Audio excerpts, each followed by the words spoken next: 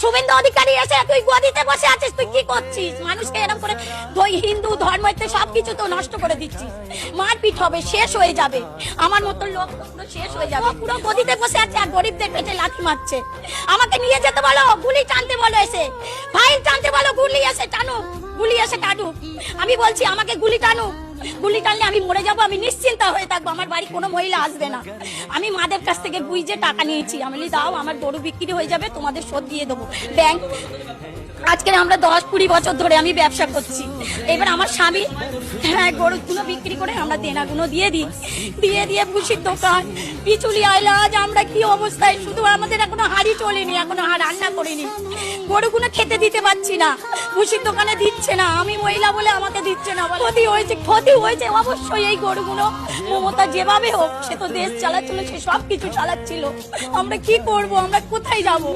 ব্যাংকে চলো, এই তো সামনে ব্যাংকে, কত টাকা আমার আছে লোন, চলো। আজ আমরা গয়না পড়ি না, আমরা ভালো জামা কাপড় পড়ি না, আমরা যেভাবে হোক চালাচ্ছি, কি করব আমি কিছু ভেবে পাচ্ছি না। আমার নাম মিঠু রানী ঘোষ।